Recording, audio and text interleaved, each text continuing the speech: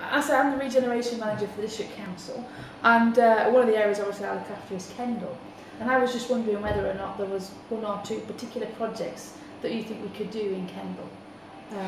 Yeah, I think there are. And Kendal seems to me to be, first of all, an extraordinarily odd town. It has disproportionately fine buildings. You walk along Highgate, and there are these towering Georgian facades that look as though they've come outside a city. Now, they're there because Kendal was very, very rich.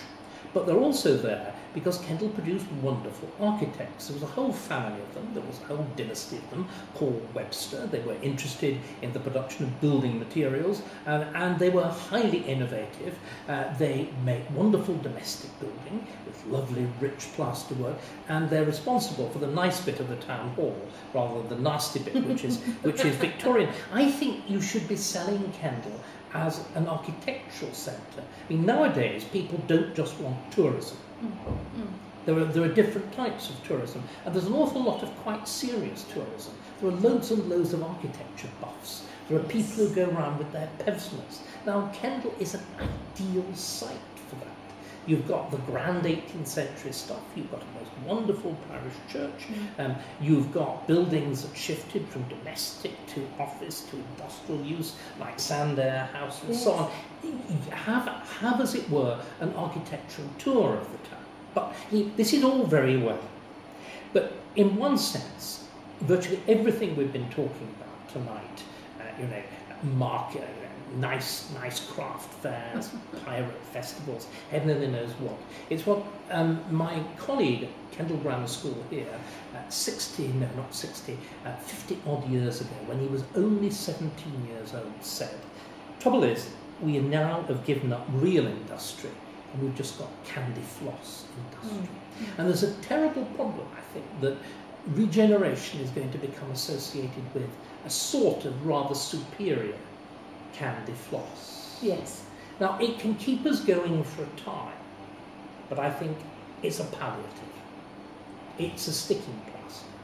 We need something real. Sorry, I'm sounding like a tub-thumping politician, which I'm not. But Kendal exists because it was once real, because it was a great economic centre, a great manufacturing, trading centre, a place where you made big and serious things, like they still make fine turbines here. But it was the world's largest, would you believe it, largest manufacturing of commercial washing machines. I didn't know that. I was at Braithwaite's, and my father worked there, long gone. But the reason that Kendal was that wasn't that God came and said, let Kendal be, let Isaac Braithwaite's or Gilbert Jolson Gordon's be. It was because people were creative, were financially shrewd, deliberately trained themselves. The local manufacturers went and they sat at the feet of leading scientists. They came back. In other words, the turbine is the use of effectively a screw as a source of power was very new in the 19th century. They innovate. They go and research, they sit at the feet of the scientists, and then they come back here. Now, the only way we're going to be able to do that is if local communities once again take proper control of local education. And there's something as innovative and as creative, and here the college, that also got on the war of this evening, Kendal College, is wonderful, but essentially in the creative arts of theatre and in things like catering. It doesn't touch the hard subjects. We need the hard subjects. But you see, we all talk about national policies in this. We don't want national policies.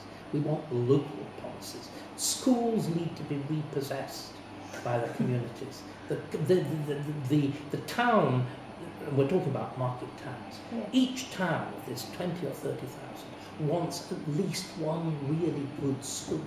Yes. That's a source of local pride, that it's the ambition of parents to get their child in, that the head teachers are important, as always used to be the case, are important local figures. Well, I'd just like to say thank you very much for coming to the Action for Market Towns convention, which has been in your hometown of Kendal.